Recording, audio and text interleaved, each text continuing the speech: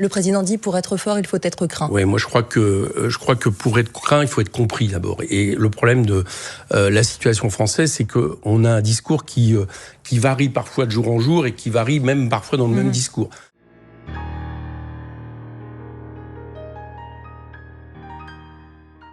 Dans ce 6e jour de guerre au Moyen-Orient, le détroit d'Ormuz est toujours bloqué, ce qui va avoir de lourdes conséquences chez nous avec une hausse des prix du gaz et du pétrole. Dominique Schelcher est président directeur général de Coopérative U, invité de France Info ce matin. Il assure que cet argent n'ira pas dans les poches des distributeurs. Le grand gagnant dans cette affaire, c'est qui? C'est l'État. Plus de 51% du prix que vous payez à la pompe part directement dans les poches de l'État et qui en a besoin en plus actuellement. L'essentiel du prix du carburant, ce n'est pas la marge du distributeur comme on peut l'imaginer, comme on l'entend de temps en temps actuellement, ce sont les taxes. Le grand gagnant, c'est l'État. Éric Coquerel, que demandez-vous celui qui était à votre place hier, le ministre de l'économie, de prendre des mesures?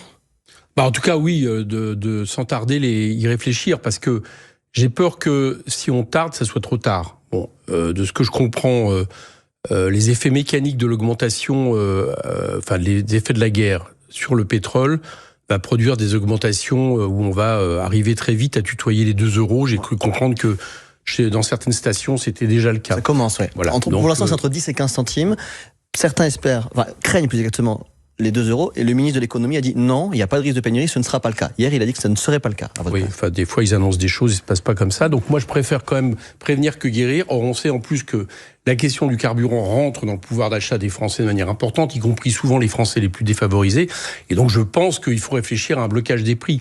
Un blocage des prix. Oui, un blocage des prix, de façon à ce que, justement, quelque part, on n'aille pas vers cette augmentation. Parce qu'une fois qu'on y sera, ça sera trop tard. Voilà. Marine Le Pen propose, elle, de baisser la TVA, de jouer sur une taxation flottante. C'est une bonne idée? Alors, c'est pas une bonne idée si vous bloquez pas les prix, en tout cas. Ça, c'est sûr. Pourquoi? Parce que les effets mécaniques, on les connaît. C'est que quand on a juste baissé la TVA, non seulement on appauvrit les moyens de l'État, ce qui est, à mon avis, pas satisfaisant, mais surtout, en réalité, il peut y avoir un effet d'aubaine où l'augmentation des prix continue et quelque part, en réalité, ça va dans la poche, effectivement, des distributeurs et non pas des consommateurs. Donc, qu'est-ce que vous avez il ne peut pas y avoir de solution, en tout cas, sans le blocage des prix. Ça veut dire quoi, exactement, le blocage des prix? Comment on fait très concrètement? À un moment donné, on arrête le prix là. On est en situation de crise, voilà, déclenchée par cette guerre. On y reviendra après, je pense. Bien sûr. Donc, à partir de là, de façon à ce que ça ne dira pas, on bloque les prix jusqu'à ce qu'on retrouve une situation normale. Ça veut dire que là, à 11h, le ministre de l'économie reçoit, Dominique Schelcher, qu'on a écouté, les grands distributeurs de carburant, et il doit dire, pour éviter les augmentations. Écoutez, alors d'abord, le ministre... On bloque les prix. Alors, ministre de l'économie... Il en a le pouvoir, déjà. Oui. Alors, le ministre de l'économie, déjà, ce que je pense qu'il devrait faire, et nous l'avons déjà demandé d'ailleurs pour les questions de défense et militaire, nous avons demandé, vous savez, un débat 50-1 à l'Assemblée, sans plus tarder, même si nous sommes pour l'instant en réserve électorale, mais je pense que... À quoi ça servirait de débattre? À quoi sert l'Assemblée nationale? Sachant qu'en plus, la France est tenue très éloignée de cette situation américaine et israélienne. À quoi servirait ce débat? On va aborder tous les débats. C'est vous qui en parlez. Mais que je chasse, la France va envoyer le porte-avions Charles de Gaulle dans la zone et prévoit des interventions défensives. Donc on voit bien que si on n'est pas belligérant pour l'instant, et heureusement par rapport à cette guerre hors du droit international, on n'est plus complètement, j'allais dire, en dehors de cette affaire. Donc moi je pense qu'il y a besoin d'un débat 50-1, et je finis juste là-dessus, je serais pour qu'il se prolonge très vite sur les questions économiques, puisqu'il y a des réunions d'urgence à Bercy, de façon à ce que les parlementaires soient informés, et à partir de là, il puisse y avoir des propositions. Et parmi ces propositions, je ne dis pas qu'il faut le faire forcément aujourd'hui, là, pile poil, mais pendant ces propositions, je crois que dans l'éventail, le ministre de l'économie doit assez vite réfléchir à la question du blocage des prix. Et vous le financez comment, ce blocage des prix? Comment ça, comment on le finance?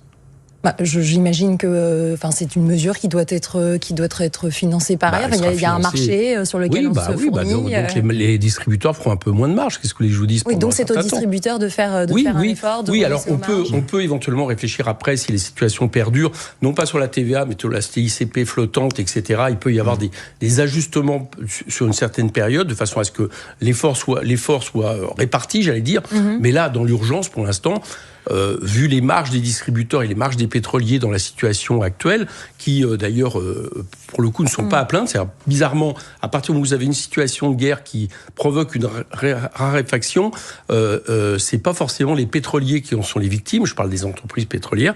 Et donc là, moi, je crois que on peut se permettre de prendre ces décisions. Ça veut dire quoi, pas à plaindre? Ça veut dire que vous craignez qu'ils profitent de cette crise? Ah, ça s'est déjà vu. J'ai pas dit qu'ils le faisaient, mais j'ai dit que pour l'instant, ils sont pas à plaindre au niveau de leur marge. Donc, on peut, dans le temps imparti et comme décision urgente, faire en sorte que ça soit sur leur marge que se fasse le blocage des prix. Sauf qu'aujourd'hui, que ça soit ça sur la marge des consommateurs. Aujourd'hui, comme le disait Dominique Schelcher, entre 50 et 60% du prix du pétrole, aujourd'hui, la majorité, c'est les taxes, c'est l'État. Enfin, non, ce qu'il reste par ailleurs, c'est des bénéfices quand même très conséquents des entreprises pétrolières. Éric Coquerel, cette situation, elle est le produit du blocage du détroit d'Ormuz.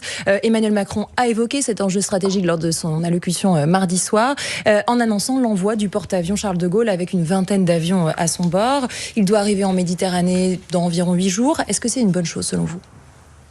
Non, je ne crois pas. Pourquoi? Et c'est tout le paradoxe un peu du discours d'Emmanuel Macron, c'est un peu vis-à-vis de cette guerre qui est complètement... En gros, c'est la guerre qui institue de manière encore plus forte le droit du plus fort annoncé par Trump dans les rapports internationaux. On l'a eu sur il dit la pour être fort, il faut Venezuela. être craint. Comment? Le président dit pour être fort, il faut être craint. Oui, moi je crois que pour être craint, il faut être compris d'abord. Et le problème de la situation française, c'est qu'on a un discours qui varie parfois de jour en jour et qui varie même parfois dans le même discours.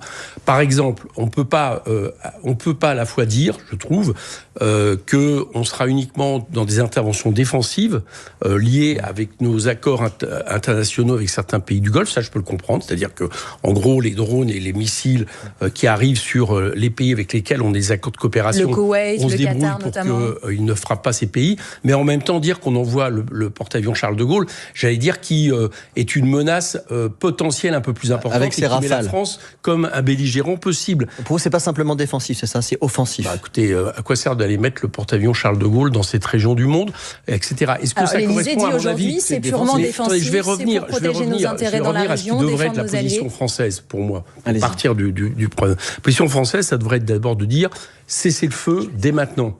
Et que nous refusons cette guerre, comme on l'avait fait pour la guerre en Irak, parce qu'on retrouve beaucoup de points de comparaison, comme Chirac l'avait fait. 2003. On devrait être sur la situation, en gros, que Sanchez fait en Espagne. Bon. Vous ne croyez pas si bien dire? est... Regardez, on va l'écouter. Bien justement, sûr. le Premier ministre espagnol Pedro Sánchez, qui a pris la parole et qui ravi. résume la position de son gouvernement en 3 mots. En definitiva, En résumé, la position du gouvernement espagnol peut se résumer en 4 mots. Non à la guerre. a la guerra. Il répondait au président américain Donald Trump qui menace de couper tout commerce avec l'Espagne puisque le président américain reproche au pays son refus de laisser à l'aviation américaine l'accès à des bases militaires situées dans le sud du pays. Hier soir, la Maison-Blanche a quand même dit que l'Espagne acceptait de coopérer. Mais vous, manifestement, vous l'avez écouté, Pedro Sánchez, et vous pensez comme lui qu'il faut éviter toute entrée dans ce conflit. Manifestement, Donald Trump l'a écouté aussi, et c'est pour ça qu'il le menace maintenant. Et je suis assez satisfait que, moi je l'avais demandé, je suis satisfait que, de ce point de vue-là, Emmanuel Macron apporte sa solidarité aux responsables espagnols. Mais oui, je pense que c'est la bonne position à avoir. Pourquoi? Parce qu'on rentre dans une période extraordinairement dangereuse. Alors, on voit bien qu'il y a un risque.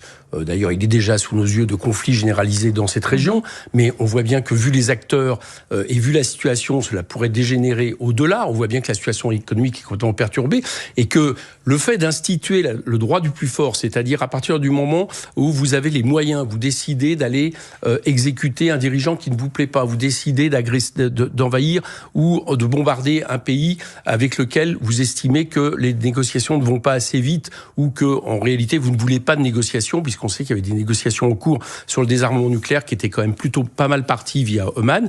Bon, on va dans une situation qui rappelle malheureusement ce qui s'est passé avant les 2 guerres mondiales, avant qu'on érige le droit international et l'ONU. Donc la France devrait être du côté du droit international et de l'ONU. C'est ça qui ferait sa force. Et aujourd'hui, on est entre les deux, quoi. On revient 100 ans en arrière pour non, je reviens pas 100 ans, je reviens quelques années en arrière où c'était encore via avant l'ONU. les 2 guerres mondiales.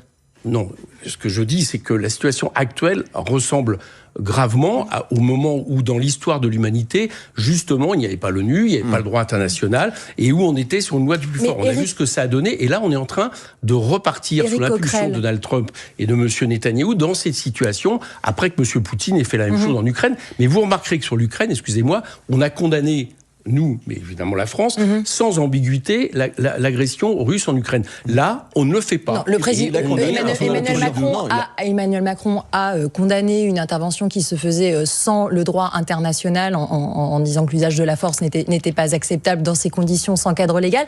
Nous, ce qu'on voulait comprendre, c'est que vous réclamez un cessez-le-feu immédiat. Mais un cessez-le-feu immédiat, Éric Coquerel, ça veut dire qu'on laisse le régime des mollahs en place ?